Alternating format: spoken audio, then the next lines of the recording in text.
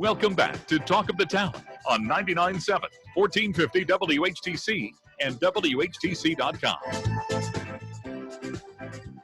And we welcome you back to the Monday, April 20th edition of the WHTC Talk of the Town program. I'm Gary Stevens. We'll be open line following the 11 o'clock news block. But on this third Monday of the month, our 10:30 segment is devoted to a conversation with first-term Republican State Senator Roger Victory of Hudsonville. He represents Ottawa County in the State Senate. And as been the case because of our COVID-19 situation, we've had to conduct many of our interviews via Zoom, and he joins us now with a Zoom chat. Roger, good morning, and welcome back to Talk of the Town. Good morning, Gary. It's a pleasure to be back. This is the first time we're using this Zoom technology for this interview, and hopefully that this can get resolved. But this is a great resource and a tool that I'm sure I have and many of your listeners and you have been employing to still to communicate, get the message out, and conduct business, but while we're still conducting social distancing to get on top of this COVID-19 situation.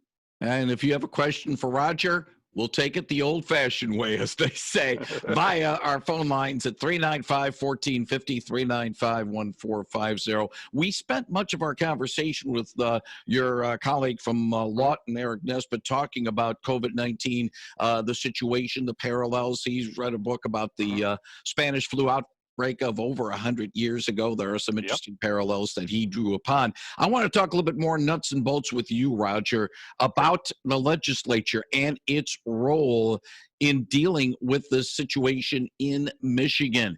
When the governor announced her extension of stay home, stay safe, your office sent out an email basically saying you were upset with it. Has that eased a little bit, or do you still see that perhaps the legislature is being marginalized right now, for lack of a better term, in dealing with the situation, not being partners with the executive branch? Yeah, well, I can dwell on a very specific area. As chair of the Agricultural Appropriations Committee, MDARD, quite frustrated with some of the overreaching issues dealing with some of the agricultural concerns, especially here in Ottawa County, with our horticultural industry, and was attempting and still working on getting some clarification. There's a lot of confusion out there. What can be done? What can't be done? What can occur? What can't occur? Also, being certain outlets, that product can be merchandised and sold, other outlets not.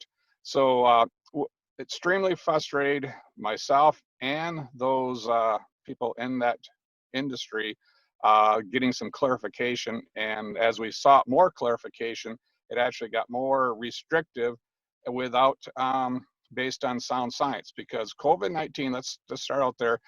I'm very concerned for our healthcare providers, those who are fighting on the front lines to prevent the spread of COVID-19. But then there are also real life examples where things can occur without, the spread of COVID-19, and based on similar activities that are occurring.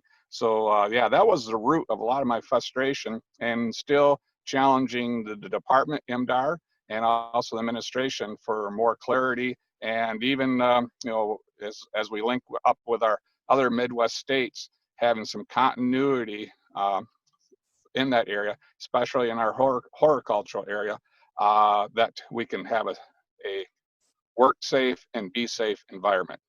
Roger, let me ask you flat out, some of the frustrations that have been evident in other parts of the state over the situation sort of spilled over on Wednesday. And frankly, we didn't paint ourselves a very good picture to the rest of the country. And we're seeing more protests, more similar type of actions in other states. Are you as concerned? I'm concerned that we're going to get some civil unrest if we don't deal with the situation promptly, because people who are not affected directly, they're echoing their frustrations with these protests. People who are affected directly are frustrated with the protesters saying, Don't you understand what we're going through? It just seems there's a disconnect right now. Yeah, Gary, one area I truly believe there has to be a little bit of letting off the steam. And I encourage people, anytime you're going to do that type of process, be social distancing is a key component. In the situation that occurred on Wednesday, you take vast majority, 90-some%, stayed within their vehicles, did what the organizers of the event were trying to bring some focus, and also it gives something to the population out there to, again, let their voice be heard in some fashion, and in doing so, making sure when you're doing that, you're abiding by the social distancing and things of that nature. That has to be in place, because you have to always be conscientious of those are fighting on the front lines in our healthcare delivery systems, and our doctors, our nurses, and those who work in our retirement homes. You know, that it is real there, but I also believe there's a venue and opportunity to also make sure we communicate areas, especially if there's some areas of that saying this really doesn't make sense. We gotta let that message be heard, but make sure that we let that message be heard as a safe environment, that we're not going to continue to spread COVID-19. And I always say go based on sound science. If you got a question for State Senator Roger Victory, we'll take it at 395-1450, 395-1450. Before we talk about the state Republicans' plan to try to get this economy going again, the governor has her briefing later on this afternoon. All it's being said is her latest state response to COVID-19. She basically intimated that she's about ready to do some relaxing in a stage-by-stage basis. Are you hopeful that something could be happen and maybe the legislature be a part of it, or is it still my way or the highway, which some people believe has been the stance of the Whitmer administration? Well, you know, I like to keep the politics out of this here. When we work with COVID-19, I believe decisions need to be based on sound science and what we know as a given, and there's some things we don't know at it. And with it, there's a number of examples, regardless what party affiliation you are, things can be done in a safe, work safe, be safe environment. And we could wrap the whole show up with all those examples I could get out there. And I'm hoping, and I'm also encouraging the governor and through the various departments, let us start implementing those areas, because there's also a process of the economy funds our healthcare systems. The economy funds those frontline defenders fighting this war on COVID. And these things, is it going to be 30% unemployment, 40% unemployment, or 20% unemployment? And as I look at the state budget, there needs to be a funding mechanism going forward there too. But with that said, ultimately, we can tip our toe in the water of moving forward. And there was reasons why some of these restrictions were put in place, because there was a lot of unknown. I'll even pivot back to what's happening in Ottawa County. And 3 weeks ago, we did not have the personal protective equipment needed for our frontline workers. Now, there's still more needed, but as of this point, that inventory is in a whole different situation than it was 3 weeks ago. If I have an opportunity, I just want to do a great shout out for those Ottawa County and those emergency management team. And if you only knew how much work they did behind the scenes and the unknowns that they were dealing with. Now we're dealing with a lot more knowns in Ottawa County. And with that known and those facts, that's where we can start tipping our toe in the water and start to slowly move forward based on sound science and getting the economy going in that direction. Good morning. You're on the line with State Senator Roger Victory. Good morning, Roger.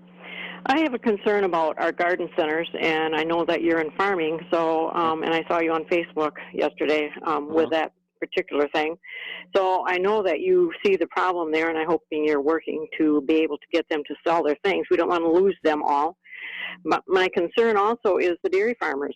We're seeing all the milk being dumped. What is that about, and are you doing anything about that? There are two questions there. The garden center ones, we can deal with that a lot at the state level because of the restrictions we put in place. And that's where I hope, and I challenge both parties, the Democrats and Republicans, let's not get politics in play here. Let's get this resolved. Let's use sound science. We have proven examples that is demonstrated by a lot of our retailers currently that are been deemed essential. I rather move from essential to safe. That is the more terminology I believe in. So that what we can deal at the state level, and I will continue to push hard and make sure that we articulate in the safe environment that you can work safe and be safe.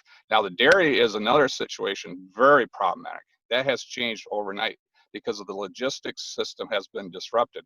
A large portion of that milk, fluid milk, would go into the schools, colleges, the restaurant trade. That market has vanished. It has vaporized with a snap of the finger. And now there's other market needs, but is there the processing plants and this and that, the capacity is not there. So there is a proposal from Sonny Perdue, from the USDA, that was just announced on Thursday and Friday. Those 2 days are releasing some of the details. There'll be some financial help, and there's going to be a $3 billion purchase for the certain commodity group, dairy, fresh fruit and vegetables, which also were disrupted in this system. And so that way it can help provide for our food banks. Because if you watch the media and even in other states, the demand for the food banks is just a tremendous need, and their supply channels have been disrupted. So as we speak, work is being done, and that's primary at the federal level, but there's things that also with the dairy issue, we can help streamline at the state level with distribution through Feeding America and our food banks and coordinate that. And so one example is the Michigan National Guard has stepped up at times and worked in the distribution at our food banks and that Feeding America. So there's a more minimum role at the state level when it comes to the dairy, and there's more of a primary role when dealing with the garden centers. Appreciate the call. Thank you very much. Need to get to another call. Good morning. You're on WHTC's Talk of the Town with State Senator Roger Victory. Yeah, I have a question, and I was wondering, doesn't our Constitution protect the rights of people to protest and also to attend worship services? Those are protected under our Constitution. Is that correct? Yep, there is the right to gather, and that's why even when we do the right to gather, that is allowed to go there. But the key item too is I always encourage people, when you're exercising that right, be smart and intelligent with that component. And I'm a firm believer in that process, that we have the right to gather and to the freedom of speech. But in that right, making sure that we're also intelligent in that process. And I think both can be done at the same time. All right. Appreciate the call. Thank you very much. 395-1450, 395-1450 if you have a question for State Senator Roger Victory. Good morning. You're on the line with Senator Victory. Yes, good morning. I just have a question. I'm listening to the news this morning. They said something about the Hudsonville, Jamestown area. Was there an upswing in reports in that particular area, or what was the reasoning for that? I'll hang up on that. All right. Thank you. Appreciate the call. Thank you very much, Roger. Yeah, I don't have the specific numbers. I do know that the Ottawa County, they do report some of the numbers based on zip code. And with the, and I do know in the 49426 zip code and the 49428 zip code, there is a fair number of COVID-19 cases that have been tested positive. And one is that's a large population base. And I also have a couple of theories that could fall into that there also. A lot of that population base, I've done some other studies. A lot of them that is worked in with the Spectrum healthcare systems and that, and so it could be translated to the high involvement with healthcare delivering systems, and even the high number of healthcare retirement facilities in that area. So, but yeah, there is a higher level. But then again, you put it toward the population base in Ottawa County, that is a pretty dense area in those two zip code. numbers. Peg? Just very quickly, it's not the largest community. Holland Township is the largest community. And what we're seeing here, just so you know, it's 26 cases. It's been pretty consistently, 49426 has been consistently the number one kind of hot spot, and that's Hudsonville, Jamestown Township. The other thing that I don't know if everybody realizes is that the bulk of the people who are being diagnosed are not old folks like us. I don't know how old you are, Roger, but I'm probably older than you anyways. It's people who are 20 to 39 years old. 37 people. And the next largest group is people who are 40 to 59 years old. There are 34 people in that group. People 62 and older, there's only 34 people total for 60 to like 107 or whatever. So I kind of wonder, like, are these young people who are not taking these warnings seriously? What do you think? Well, Peg, I'll highlight. We did a transportation study, and on that transportation study that was done about a year ago, that zip code area has the highest level of healthcare workers and professionals that work for Spectrum and in the Kent County area. So and you look at that age group, that would fit right into that area. These would be our frontline workers that are giving health care at our, the Spectrum system, a lot of our area retirement home facilities. So that's where, again, I have no scientific basis on it, but I'm taking some of the modeling that I've done with previous knowledge where a high concentration of healthcare employment occurs. And it directly looks at the higher numbers, and also looking at the age demographic there too. Those would be those direct line healthcare providers. So there's you can, again, I think later on would be interesting to do a little more research in there, but that's where my overall first impression would be at. Now, one final thing, Roger, is we're almost out of time. I know it's very brief. Open Michigan Safely Plan was unveiled by state Republicans in the legislature last week. Perhaps the governor is going to address maybe some of the aspects of that today. We don't know as we speak and do the Zoom conversation. But the Republicans, the majority Republicans in the legislature, have this proposal that can reopen the economy safely. Yeah, that's a working document. It was critical that we need something out there that we've worked with our stakeholders. It was actually even bipartisan input on that document. And as we go forward, starting to receive more input of how do we build on that. And there's a lot of detail in there, but also some areas to add more to it. So a good blueprint to start with. And even with that blueprint, I have some issues and concerns with. And I'm putting my input to it. But it was critical to show some leadership for the state of Michigan, saying here is actually a blueprint instead of all these one-offs and this more anecdotal issues of this or that, but something that's substance to build on, and also something that we worked with the medical community too for their input with. Roger Victory, as always, we appreciate the time you spend with us at WHTC. Today it's via the Zoom connection. We'll not only put this podcast audio on our website at WHTC.com, we'll put the video a little bit later on our Facebook page, which is 99.7 and 1450 WHTC. And when we do put it up on our podcast, we'll put a link to your website, which is connected with the legislature, and people can be able to contact you for more information, not only on the Open Michigan Safely Plan, but also other things going on in the legislature. Roger Victory, thank you very much for joining us today on Talk of the Town. Thank you, Gary, and keep up the good work at WHTC and being a pillar in the community, getting vetted information out on COVID-19. Appreciate it as well. Roger Victory joining us on WHTC's Talk of the Town.